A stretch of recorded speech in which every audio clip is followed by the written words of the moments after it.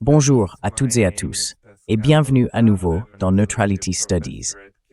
Je m'appelle Pascal Lotaz, je suis professeur associé à l'Université de Kyoto, et aujourd'hui j'ai de nouveau le plaisir d'accueillir le Dr Keanu Tsai, maître de conférences en sciences politiques et en études hawaïennes à l'Université d'Hawaï, ainsi que président du Royaume d'Hawaï. Keanu, bienvenue dans l'émission. Merci Pascal de m'avoir invité à nouveau. J'apprécie beaucoup. Très heureux de vous retrouver. Vous êtes l'une des rares voix à travailler activement à travers divers projets juridiques et médiatiques pour sensibiliser le public à la situation à Hawaï, que vous affirmez être sous occupation depuis 130 ans. Mais votre argument est que le royaume d'Hawaï n'a en réalité jamais cessé d'exister. Avant d'aborder les dernières nouvelles sur ce qui se passe, pouvez-vous nous résumer en quelques mots sur quoi vous travaillez et comment avance votre projet?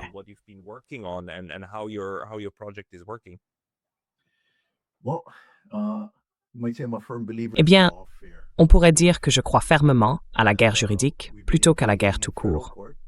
Nous sommes engagés dans une affaire fédérale devant le tribunal de district des États-Unis pour le district Hawaï. Il s'agit d'un procès dans lequel un plaignant affirme qu'une école particulière, fondée au 19e siècle, appelée Kamehameha Schools, est soumise à la législation américaine sur les droits civiques. Nous sommes intervenus pour faire valoir que le droit américain, qu'il s'agisse du droit des droits civiques ou d'un autre domaine, ne s'applique pas en dehors du territoire des États-Unis, car le royaume d'Hawaï est un État occupé.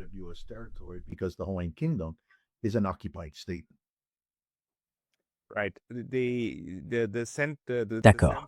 Votre affirmation principale, c'est que le royaume d'Hawaï est actuellement, ou devrait être, soumis au droit de l'occupation, n'est-ce pas, et non au droit local. Vous avez d'ailleurs eu une affaire importante par le passé, n'est-ce pas? Vous n'avez pas gagné, mais vous avez réussi à la porter devant une cour internationale. Pourriez-vous peut-être raconter cet épisode?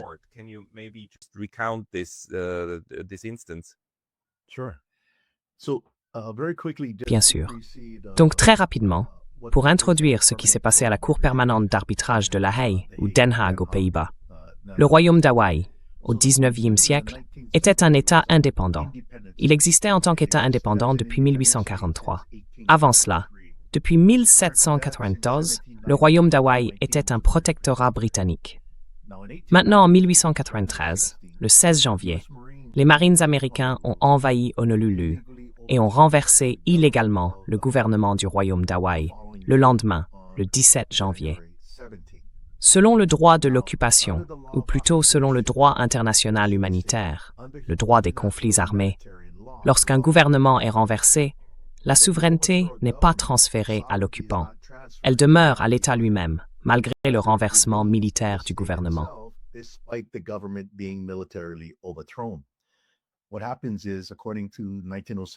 qui se passe, c'est que, selon le règlement de la Haye de 1907, reconnu comme faisant partie du droit international coutumier, même avant 1907 et 1899, l'article 42 en particulier stipule qu'un territoire est considéré comme occupé lorsqu'il est sous le contrôle effectif de l'occupant, n'est-ce pas? Le 17 janvier 1893, la reine Liliuokalani, chef d'État du royaume d'Hawaï, se rendit sous condition aux États-Unis et demanda une enquête sur l'invasion américaine, qui était injustifiée. Le renversement du gouvernement, à travers cette reddition, transféra effectivement le contrôle à l'armée américaine, ce qui déclencha l'application de l'article 42, occupation ou contrôle effectif du territoire. Ensuite, selon l'article 43, l'occupant est censé administrer les lois de l'État occupé. Les États-Unis ne l'ont pas fait. Ils ont bien mené une enquête, ont conclu que la reine avait raison et ont conclu un accord exécutif pour la rétablir. Mais ils ne sont pas allés au bout.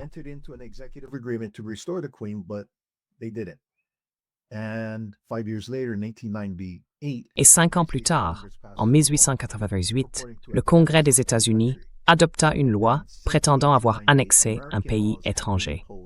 Depuis 1888, les lois américaines sont imposées illégalement dans le royaume d'Hawaï, en violation du droit de l'occupation, n'est-ce pas? Maintenant, cette action en justice fédérale, excusez-moi, laissez-moi revenir en arrière. L'affaire devant la Cour permanente d'arbitrage découlait de l'imposition illégale des lois américaines. Lance Paul Larson, un sujet hawaïen, affirmait que le royaume d'Hawaï, par l'intermédiaire de son conseil de régence, qui avait rétabli le gouvernement en 1987, était responsable d'avoir permis l'application des lois américaines, ce qui avait conduit à son incarcération. Cela devint donc une question humanitaire. Il a subi un procès pénal inéquitable, puis une détention illégale. Ce sont deux crimes de guerre au regard des conventions de Genève.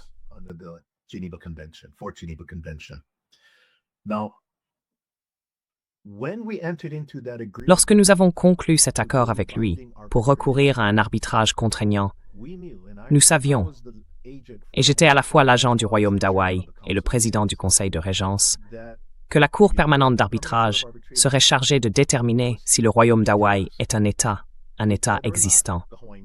Non pas une nation dotée du droit à l'autodétermination pour choisir de devenir un État, mais plutôt un État en continuité depuis le 19e siècle. Malgré le renversement du gouvernement en 1892. J'étais donc en communication avec leur conseillère juridique à la Cour permanente, et elle demandait des informations supplémentaires au-delà de ce qu'elle avait déjà recherché, car elle devait déterminer si le royaume d'Hawaï continuait d'exister en tant qu'État, et si le royaume d'Hawaï serait alors un État contractant ou non contractant pour avoir accès à la Cour permanente.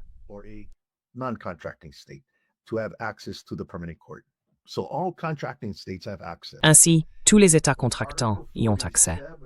Mais l'article 47 de la Convention de La Haye de 1907 pour le règlement pacifique des différends internationaux prévoit l'accès pour les États non contractants. Je vais donc vous donner un exemple. Actuellement, il y a 127 États contractants, mais il y a 193 membres des Nations Unies. Currently, there are 127 contracting states, but you have 193 members of the United Nations. That means you have a large amount of states. Cela signifie qu'il existe un grand nombre d'États qui sont membres des Nations Unies, mais qui ne sont pas États contractants. Là encore, ils auraient accès. Pour le royaume d'Hawaï, nous ne sommes pas membres des Nations Unies, mais plutôt un non-membre des Nations Unies. Et pourtant, un État malgré tout. Et elle a confirmé, ils ont déterminé que le royaume d'Hawaï existait en tant qu'État.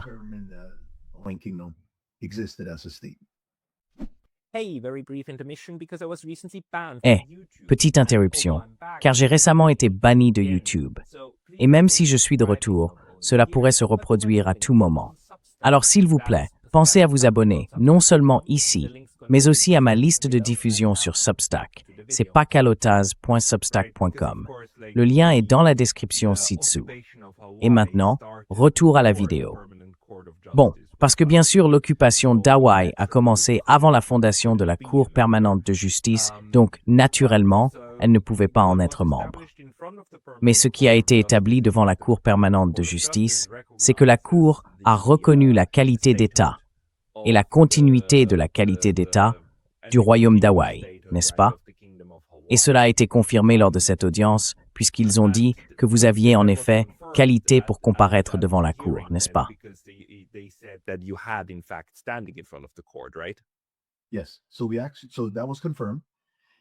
Oui, cela a été confirmé. Et cela a incité Jaco van den Hart, le secrétaire général de la Cour permanente à l'époque. Il était de nationalité néerlandaise. Il m'a parlé au téléphone et a déclaré que le secrétariat avait conclu qu'il n'existait aucune preuve que le royaume d'Hawaï avait cessé d'exister en tant qu'État et que le traité hawaïano-néerlandais n'avait pas été résilié. Je crois que ce traité datait de 1863, un traité de la clause de la nation la plus favorisée. Il m'a ensuite recommandé, en tant que chef du gouvernement, d'adresser une invitation officielle aux États-Unis à se joindre à l'arbitrage afin de répondre de l'imposition illégale du droit américain sur le territoire hawaïen qui avait conduit au procès inéquitable et à l'incarcération du plaignant, M. Larson. unfair trial and incarceration, Mr. Larson. So that request prompted. Cette demande a donc entraîné un échange de notes entre le gouvernement du Royaume d'Hawaï et les États-Unis afin de parvenir à un accord exécutif. La première note que j'ai remise faisait suite à une réunion que j'avais eue avec l'avocat de Lance Larson à Washington, D.C., lors d'une conférence téléphonique avec M. John Crook du département d'État américain. Il est conseiller juridique. Je me souviens que pendant notre conversation, il a dit « Et la Cour permanente a accepté cette affaire, car ils savaient ce que cela signifiait, qu'ils avaient confirmé que le Royaume d'Hawaï était un État et non le 50e État des États-Unis. »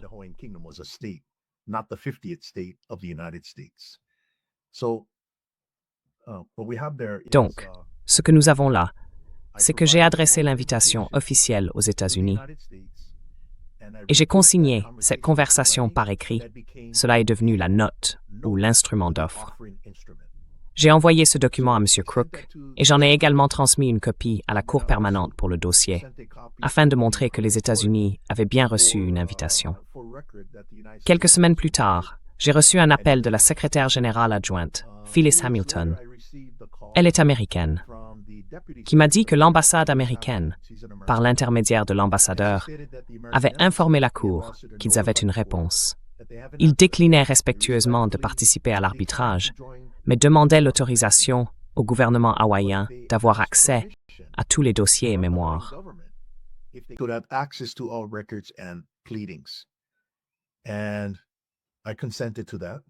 Et j'y ai consenti. Ce que nous avons là, c'est un accord exécutif. Or, cet accord exécutif est important car il s'agit d'un traité en vertu du droit international établi par échange de notes.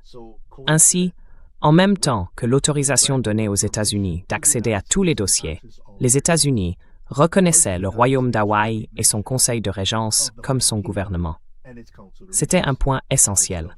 Il ne s'agissait pas seulement du fait que la Cour permanente avait confirmé que le Royaume d'Hawaï existait toujours en vertu du droit international coutumier, mais qu'il y avait désormais un traité. Ce traité est devenu connu sous le nom de traité Say-Clinton, entre moi-même, puisque j'étais en communication directe avec l'ambassade, et la Cour permanente, qui servait d'intermédiaire pour cet accord.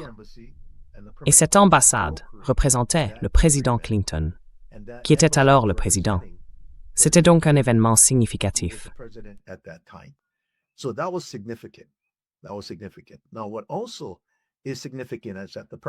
C'était significatif.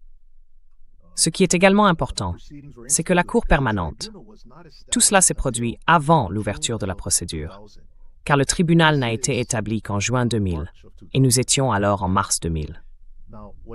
Ce qui importe, c'est que les États-Unis ont non seulement reconnu par traité la poursuite de l'existence du Royaume d'Hawaï et du Conseil de régence en tant que gouvernement, mais aussi par opinio juris, une opinion de droit ou de pratique.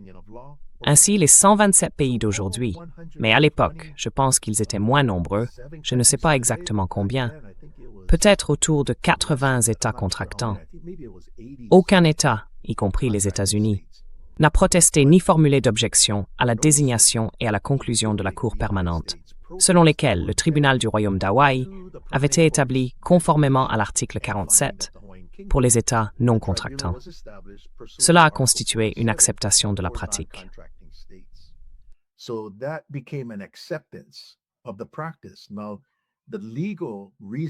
À présent, le raisonnement juridique derrière leur absence de protestation ou d'objection, ce qui fait partie de l'opinio juris, repose sur le fait qu'il y a le quoi, c'est-à-dire l'action, et le pourquoi, c'est-à-dire l'existence d'une exigence juridique. En droit international, il existe une présomption de continuité d'un État, même si son gouvernement a été renversé, et les lois internes d'un État n'ont aucun effet extraterritorial.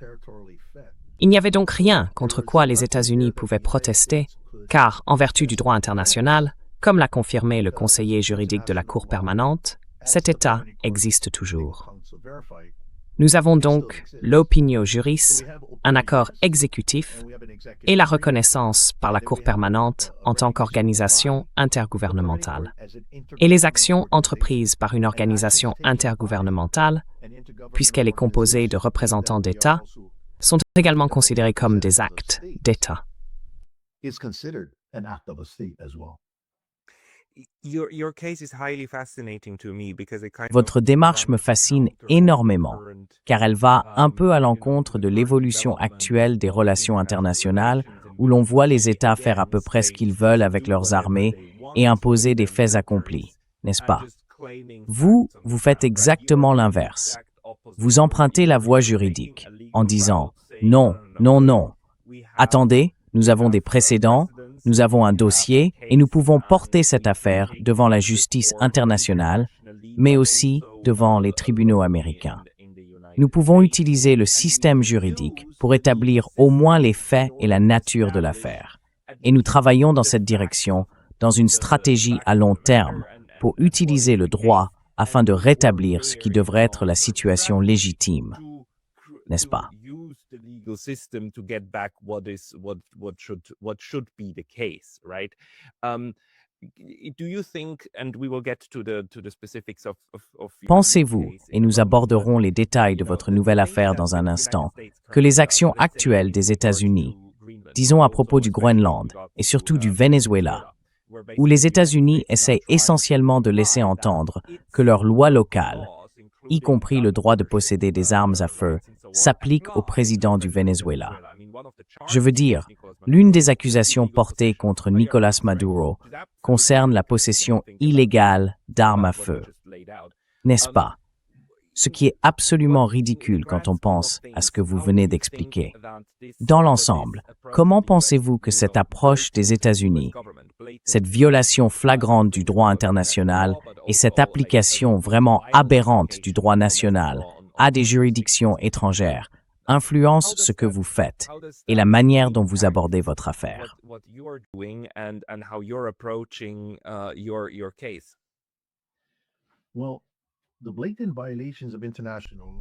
Eh bien, les violations flagrantes du droit international commises par l'administration américaine actuelle ne font que souligner l'importance et la portée du droit international. Dans notre cas, la violence a eu lieu le 16 janvier 1893, lorsque les troupes américaines ont envahi. Notre reine a dû veiller à ce qu'aucun bain de sang n'ait lieu, car le royaume d'Hawaï était un pays neutre par traité, et il devait donc faire preuve d'une grande prudence dans son approche. Ce n'était jamais un belligérant prêt à faire la guerre, mais nous avions bien une force de défense, n'est-ce pas? Ainsi, ce qui préoccupait les autorités hawaïennes au XIXe siècle, c'était la manière d'utiliser le droit international pour préserver l'existence du royaume d'Hawaï en tant qu'État indépendant.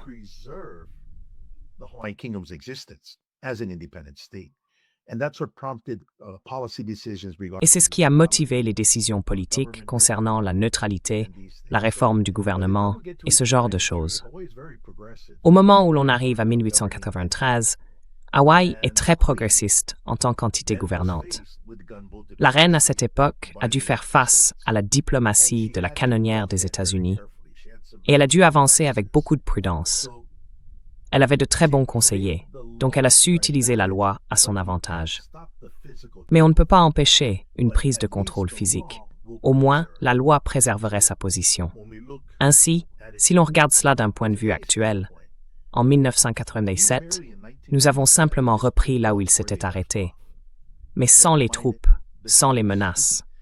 En fait, j'ai une formation militaire. J'ai servi 10 ans dans l'armée, comme officier d'artillerie de campagne. Nous étions donc formés au droit de l'occupation, n'est-ce pas?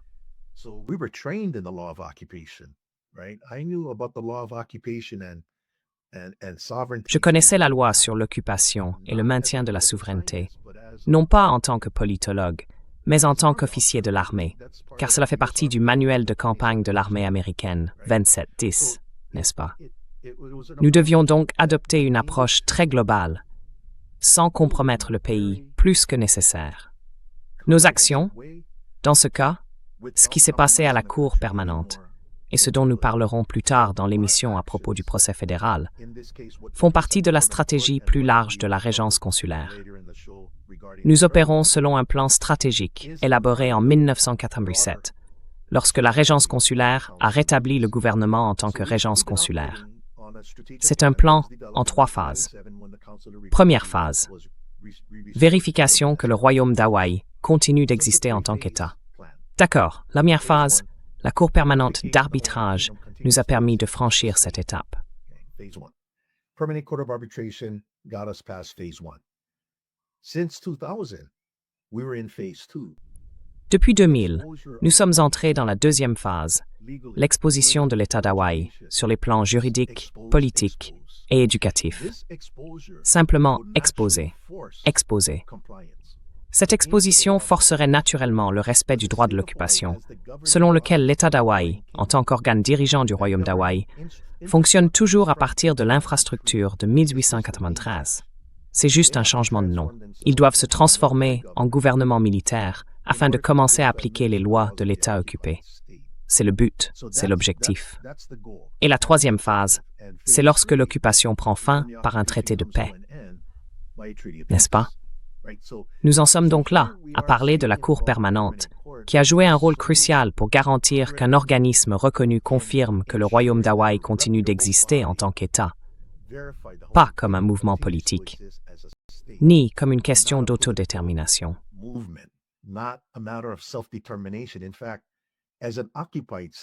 En réalité, en tant qu'État occupé, le droit à l'autodétermination s'applique différemment que dans un cas de colonisation, n'est-ce pas? L'autodétermination signifie que l'on a le droit de choisir.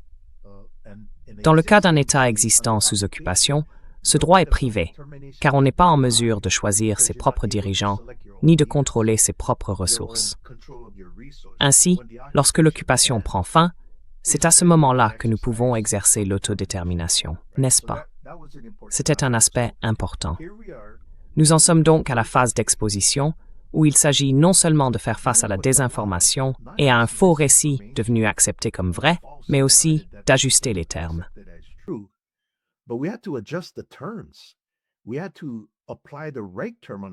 Nous devions appliquer la bonne terminologie, la bonne loi, le bon cadre théorique, n'est-ce pas? Donc une chose que nous utilisons pour amener les gens à faire quelque chose qu'ils ne feraient normalement pas, j'aime m'inspirer de la théorie réaliste, Hans Morgenthau. Au niveau national, l'autonomie, l'intérêt personnel, la préservation de soi. D'accord, à ce niveau-là, ils sont un peu au-dessus de la réalité, non? Mais on s'en rapproche. Ce qui se passe concrètement, c'est que l'on retrouve cette même autonomie, ce même intérêt personnel et cette même préservation de soi lorsque, disons, des individus dans l'État d'Hawaï, conscients et informés des circonstances factuelles, à savoir que le territoire est toujours occupé, ce qui constitue un élément essentiel d'un crime de guerre appelé mens rea, l'intention coupable.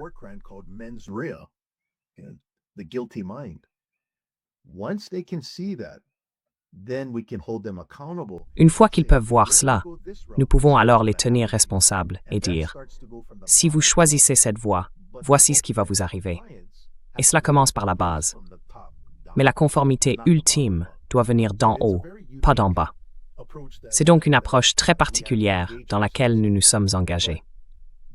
Mais cette stratégie, cet engagement, est la prise de décision tactique, c'est-à-dire les réponses directes à une crise, les ajustements. Tout cela repose sur des règles.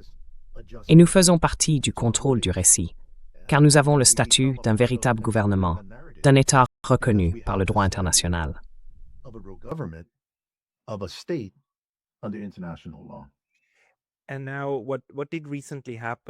Et maintenant, que s'est-il passé récemment? Vous avez une affaire fédérale en cours, n'est-ce pas, en vertu de la loi américaine. Pouvez-vous expliquer de quoi il s'agit et comment cela s'inscrit dans votre stratégie plus large, que je tiens à souligner, est une stratégie à long terme? Vous ne cherchez pas à la faire appliquer demain, ni en 2027. Vous travaillez sur un plan à long terme pour sortir de l'occupation, même si cela prend encore 100 ans. Mais peut-être pas à propos de l'affaire elle-même.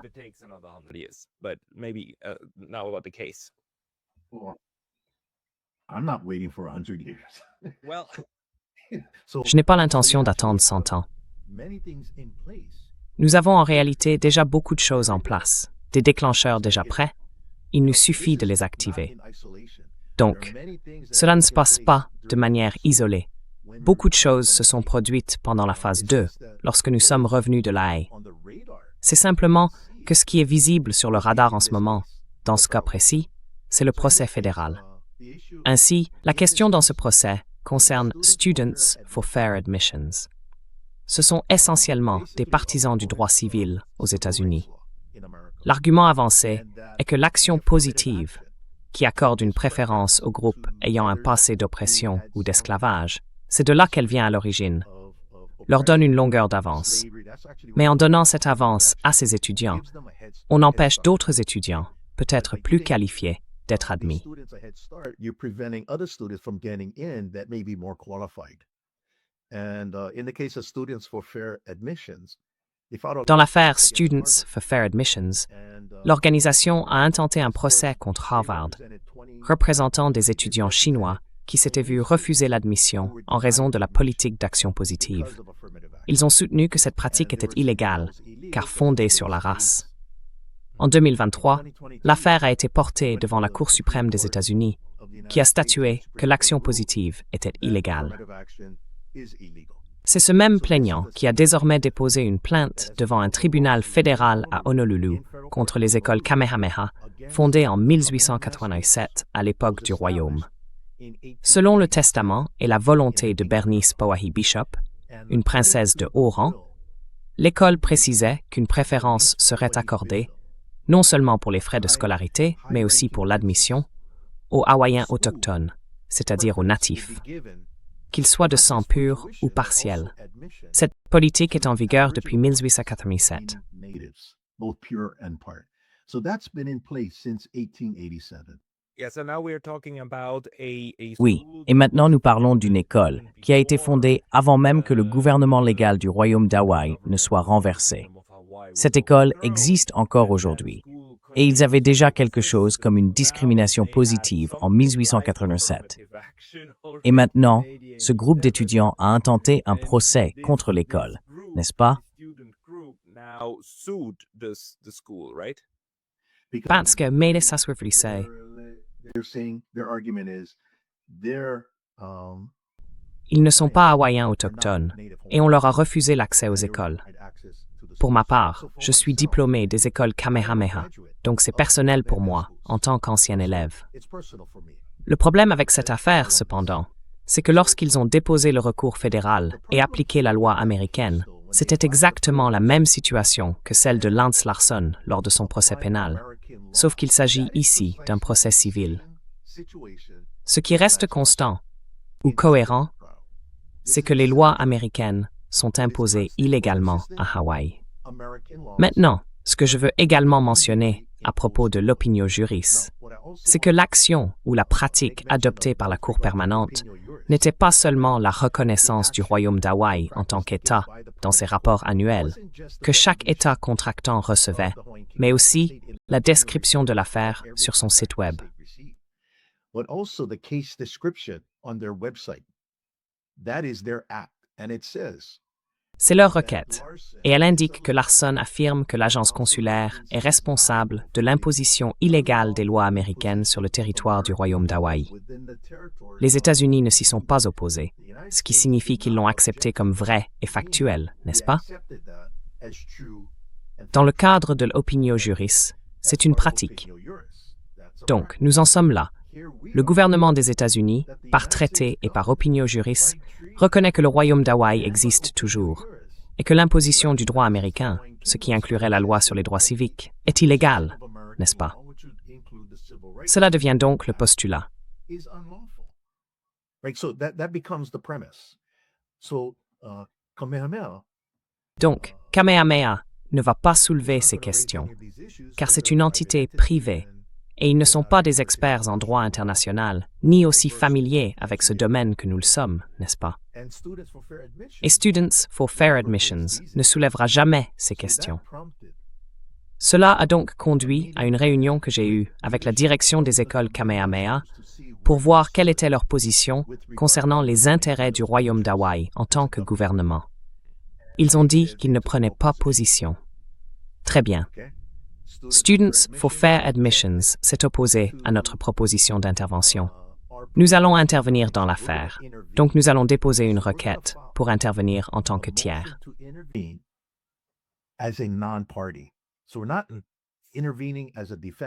Nous n'intervenons donc pas en tant que défendeur, ni en tant que plaignant.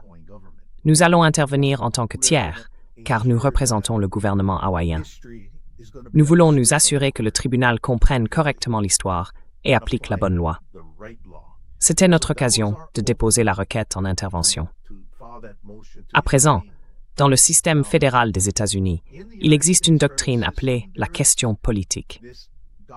Dans un tribunal fédéral, s'il y a une question de souveraineté concernant un pays que la branche exécutive américaine n'a pas reconnu, comme dans le cas de la Palestine, toute personne soulevant une question palestinienne en tant qu'État au regard du droit international verrait son affaire rejetée pour absence de compétence.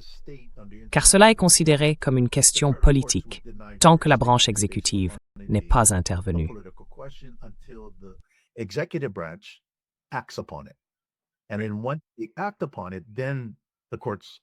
Et ensuite, une fois qu'ils agissent en conséquence, les tribunaux y sont liés, n'est-ce pas? Ils ne peuvent pas le remettre en question. Nous avions donc prévu que Students for Fair Admissions invoquerait la doctrine de la question politique lorsque nous avons déposé notre requête en intervention, pas Kamehameha, mais Students for Fair Admissions. Ce que nous avons fait, c'est omettre de notre requête en intervention l'accord exécutif reconnaissant le royaume d'Hawaï et l'Usteo Opinio Juris qui lie les États-Unis. Nous avons retenu cet élément parce que nous voulions répondre à leur refus, que nous anticipions. Ce à quoi nous ne nous attendions pas, c'est que le juge rejette la requête en intervention en invoquant la doctrine de la question politique. Il a rendu cette ordonnance rejetant notre requête seulement 2 jours après son dépôt.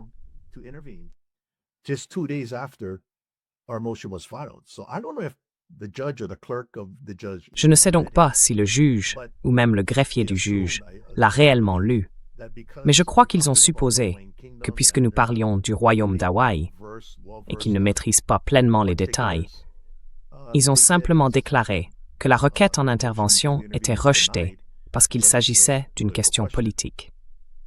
Ce que nous avons fait, c'est que nous avions 14 jours pour déposer une requête en réexamen. Le principal fondement sur lequel nous nous appuyons pour cette requête est que le tribunal a commis une erreur manifeste dans son jugement concernant le royaume d'Hawaï. C'est alors que, dans notre requête en réexamen, nous avons présenté l'accord exécutif montrant que le royaume d'Hawaï avait été reconnu sous la présidence de Clinton, ainsi que le Conseil de Régence et le Sikh Opinio Juris.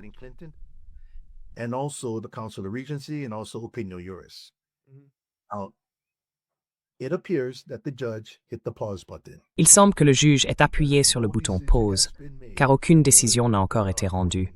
Et cela fait maintenant 14 jours, n'est-ce pas? Donc, c'est une question qui existe, mais qui ne doit pas être plaidée en ce qui concerne l'existence du royaume d'Hawaï.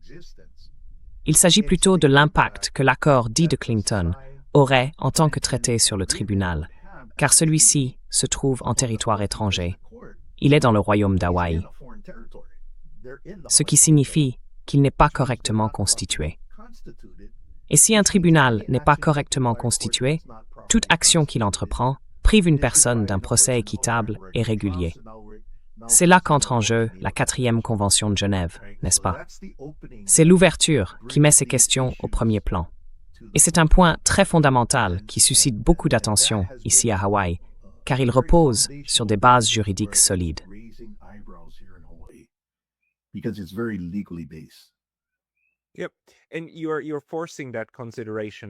Et vous imposez cette réflexion au tribunal maintenant, n'est-ce pas? Je veux dire, vous utilisez le système judiciaire pour aborder ces questions juridiques détaillées. Mais à chaque étape, vous créez de nouveaux fondements pour aller plus loin, pour prouver que le royaume d'Hawaï existe toujours bel et bien. qu'il reste une entité juridique et qu'il n'a jamais cessé d'exister, même si les gens l'ont ignoré. Vous en êtes donc au point où vous attendez la décision du juge, car une fois celle-ci rendue, je suppose que les Students for Fair Admissions auraient alors la prochaine occasion de demander le rejet de votre requête d'intervention, n'est-ce pas? Okay, so again, it's D'accord. when you're in a fight, you don't show Donc, encore une fois, quand on est dans un combat, Right. on ne montre pas So toutes ces when we filed combinaisons, that n'est-ce pas? motion for our motion to intervene, Quand nous avons déposé cette requête d'intervention, notre stratégie était de montrer au tribunal quelles sont les lois, quels sont les faits, et qu'il doit appliquer le droit du Royaume d'Hawaï, pour amener le tribunal à commencer à appliquer le droit du Royaume d'Hawaï dans cette affaire. C'était la base de notre intervention. Nous ne sommes donc pas les Students for Fair Admissions, essayant de retenter notre chance avec Kamehameha. La différence, c'est que l'action affirmative est illégale selon le droit américain, mais que le Royaume d'Hawaï, selon ses propres lois, possède une forme d'action affirmative où la politique de Kamehameha est conforme au droit du Royaume d'Hawaï.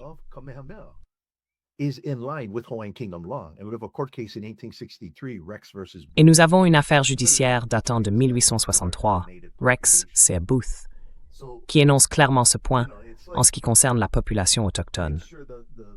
Donc vous savez, c'est comme « Assurez-vous que les règles du jeu soient équitables. Ne refusez pas l'admission gratuite aux étudiants. » Vous ne pouvez pas faire ça. Non, vous pouvez formuler toutes les allégations que vous voulez, mais vous devez appliquer la bonne loi. Maintenant, ce qui s'est passé, cependant, à la suite de la décision du juge de rejeter notre requête, et maintenant notre demande de réexamen, c'est que nous avons porté l'affaire à un autre niveau. L'accord exécutif, le traité, stipule essentiellement que les États-Unis reconnaissent le Royaume d'Hawaï et que ce tribunal fédéral n'existe pas. Ce n'est pas qu'ils doivent appliquer la loi du Royaume d'Hawaï.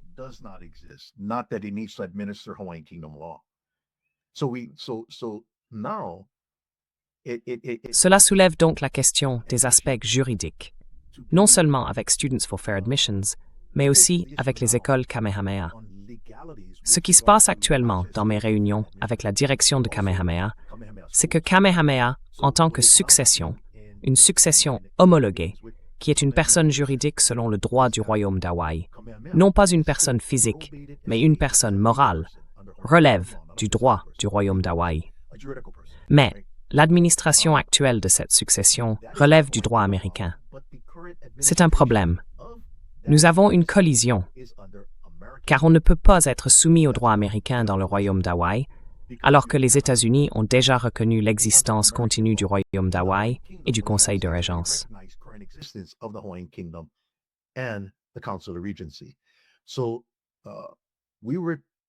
Nous essayons donc d'amener la direction de Kamehameha, les administrateurs et le PDG à prendre des mesures concrètes pour montrer qu'ils ont allégeance au Royaume d'Hawaï, au pays. Parce que l'allégeance n'a pas changé, malgré une occupation prolongée, puisque la souveraineté reste intacte. Maintenant, pendant une occupation, on peut soutenir que l'occupant peut exiger l'obéissance, mais pas l'allégeance. Parce que s'il exige l'allégeance, c'est un crime de guerre, n'est-ce pas? Nous devons donc comprendre cet aspect de la manière dont cette loi affecte les personnes privées aujourd'hui. Et c'est là que cela touche à l'autonomie, à l'intérêt personnel et à la préservation de soi. Donc si je dois examiner la question ici, avec l'administration actuelle, qui n'est en réalité qu'un microcosme de tout ce qui se passe à Hawaï, n'est-ce pas?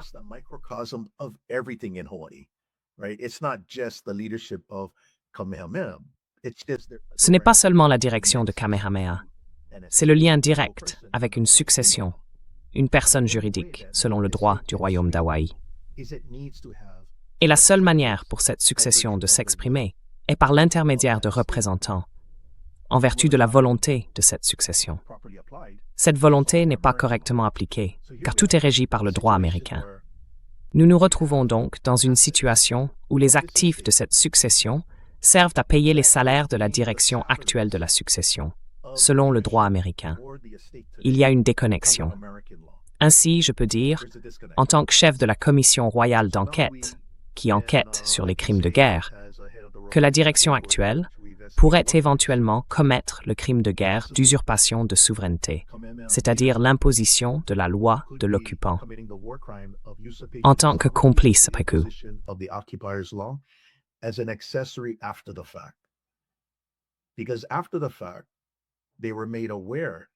Parce qu'après coup, ils en ont été informés, ce qui déclenche la notion de complice après coup.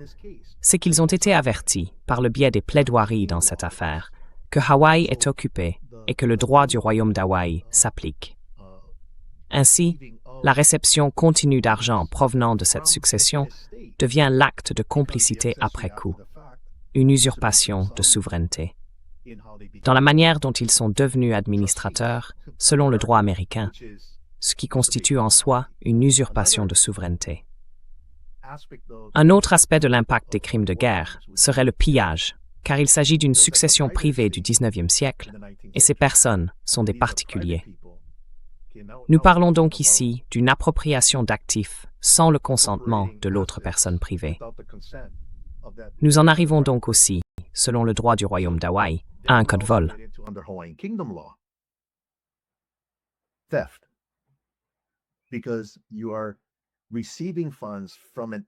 Parce que vous recevez des fonds d'une entité sans consentement. L'implication ici, comme cela a toujours été le cas, s'applique à tout le monde à Hawaï dans une certaine mesure. Ce qui doit se passer maintenant, c'est que les administrateurs et le directeur général doivent se soumettre à la loi du royaume d'Hawaï.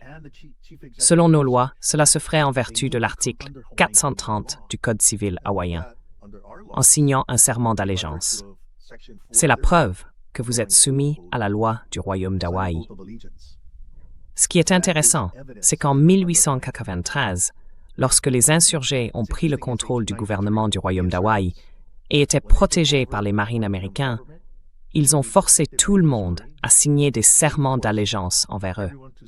Ils étaient protégés par les marines américains, mais ils ont maintenu l'infrastructure gouvernementale. But they maintain the governmental infrastructure.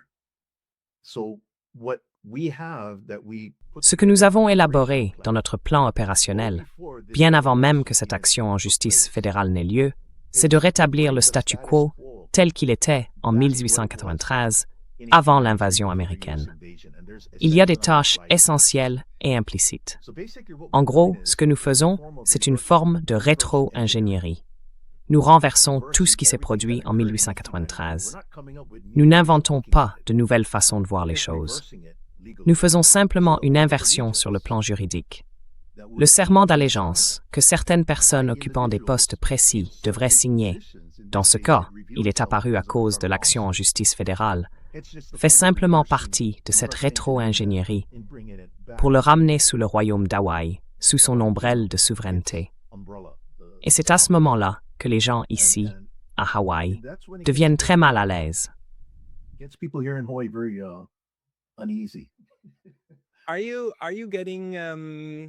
Est-ce que tu rencontres de la résistance, pas seulement sur le plan juridique, mais aussi de la part des gens? Je veux dire, tu touches à un sujet sensible où tu pourrais provoquer des personnes puissantes, des gens fortunés et des responsables politiques qui pourraient commencer à te remarquer et peut-être vouloir tout faire arrêter. Est-ce que c'est déjà le cas?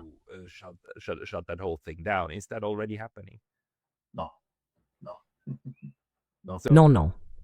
C'est tellement fondé sur le droit et sur l'histoire que notre protection réside vraiment dans le fait que ce que nous faisons, c'est simplement suivre la loi. D'accord. Alors, regardons les avantages de tout cela.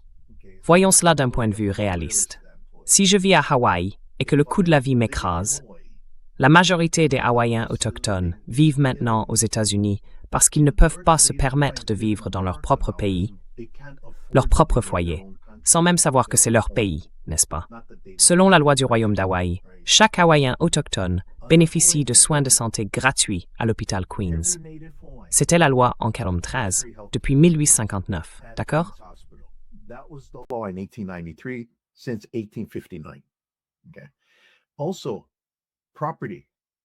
De plus, en ce qui concerne la propriété, chaque Hawaïen autochtone en raison de ses droits acquis sur la terre, peut obtenir jusqu'à 50 ac à 50 cents l'acre, ce qui, selon le calculateur d'inflation, correspond à environ 17 $ l'acre, n'est-ce pas?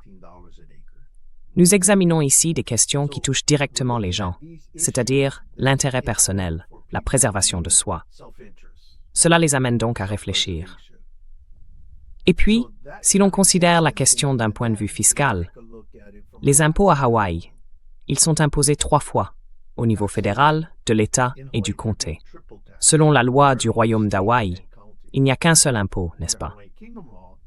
Donc, si l'on se place du point de vue des affaires, on ne paie pas d'impôt à l'IRS dans un pays étranger appelé le Royaume d'Hawaï. On paie les impôts du Royaume d'Hawaï, qui sont actuellement perçus par l'État d'Hawaï.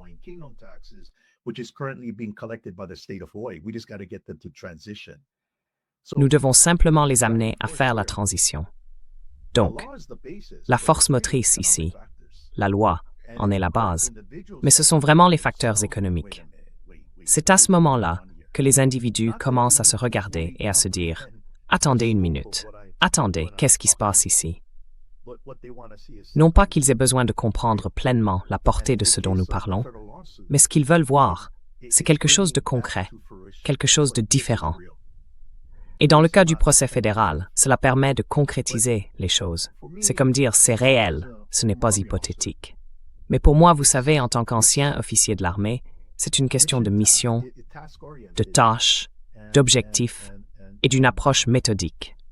Donc à long terme, l'enjeu ici, c'est que ce à quoi nous faisons face, c'est notre ennemi.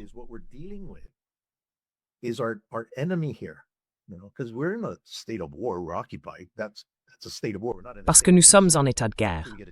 Nous sommes occupés. C'est un état de guerre. Nous ne sommes pas encore en état de paix, pas avant d'obtenir un traité. Mais l'ennemi, notre ennemi, c'est l'ignorance. Personne ne sait. Donc, la manière dont nous luttons contre l'ignorance, c'est par l'éducation et la recherche critique publiée. Ma récente publication chez Oxford University Press sur la persistance du royaume d'Hawaï en tant qu'État non conquis a porté notre histoire au plus haut niveau du monde universitaire. Mon prochain chapitre sur la neutralité hawaïenne, dans le 2e volume de vos travaux sur les études de la neutralité, traite de la manière dont le royaume d'Hawaï a cherché à se préserver au 19e siècle en tant qu'État neutre.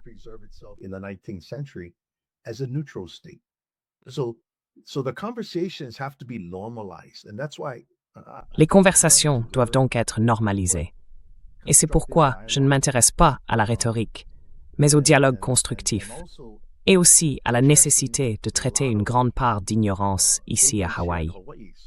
Je suis maître de conférences et j'enseigne les sciences politiques et les études hawaïennes. Dans chaque cours, depuis plus de 20 ans, tout le constate. C'est comme si une ampoule s'allumait. Puis il réalise aussi que le conseil de régence a un plan. C'est compréhensible, je peux le comprendre. Je pense à mes enfants et à mes éventuels petits-enfants. Il y a donc ici de nombreux aspects qui vont au-delà du droit, mais qui reposent néanmoins sur une base juridique.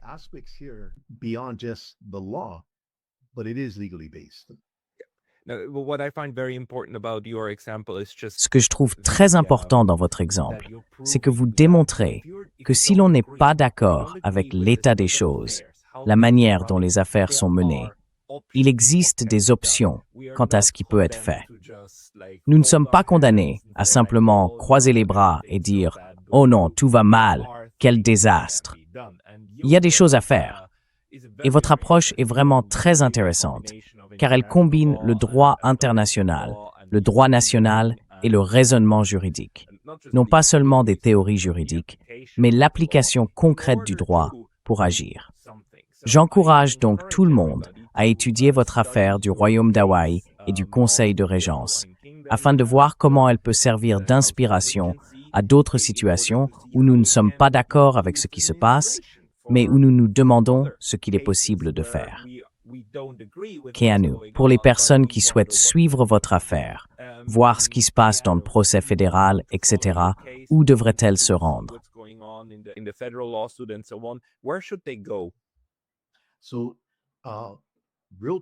Des histoires en temps réel et à jour sont publiées sur le blog du Royaume d'Hawaï. Je crois que c'est hawaiiankingdom.org/blog. Le site vous proposera de vous abonner et ainsi, chaque fois qu'un nouvel article est publié, vous recevrez une notification. Vous n'avez donc pas besoin de vérifier sans cesse les dernières mises à jour. C'est vraiment l'endroit où les gens devraient aller s'ils veulent savoir ce qui se passe. Il y a aussi une fonction de recherche et de nombreux articles de blog remontant à plusieurs années. C'est également une bonne ressource pédagogique.